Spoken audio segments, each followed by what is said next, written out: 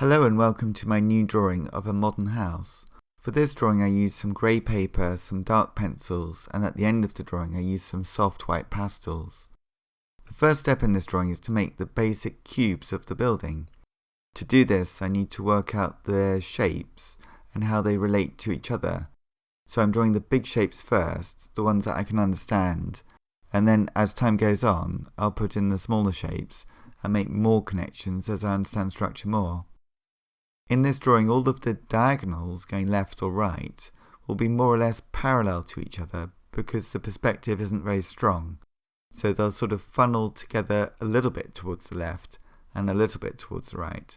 But you could just, as I'm doing, make them more or less parallel, and then the verticals will all be upright. But I'm not worrying about the straightness of the lines too much at the beginning because I'm trying to understand the structure of how all the various parts fit together, a bit like a Lego model. Indeed, you can get a Lego model of this building I saw on the internet. We're looking up at each of the horizontal slabs of this building.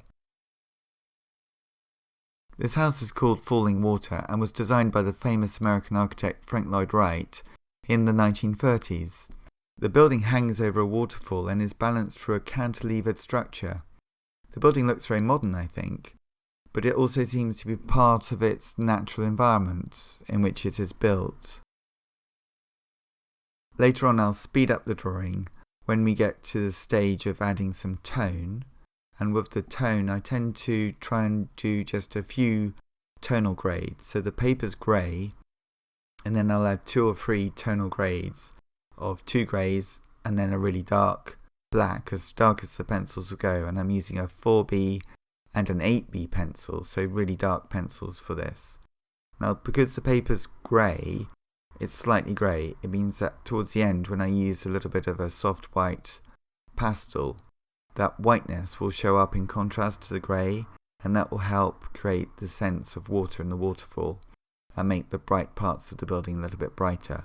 I'm also going to add some trees in the background, just so that within the drawing you can see how it relates to the landscape in which the architecture is built. I hope you enjoy the rest of this drawing, and I hope you find it useful for your own drawings.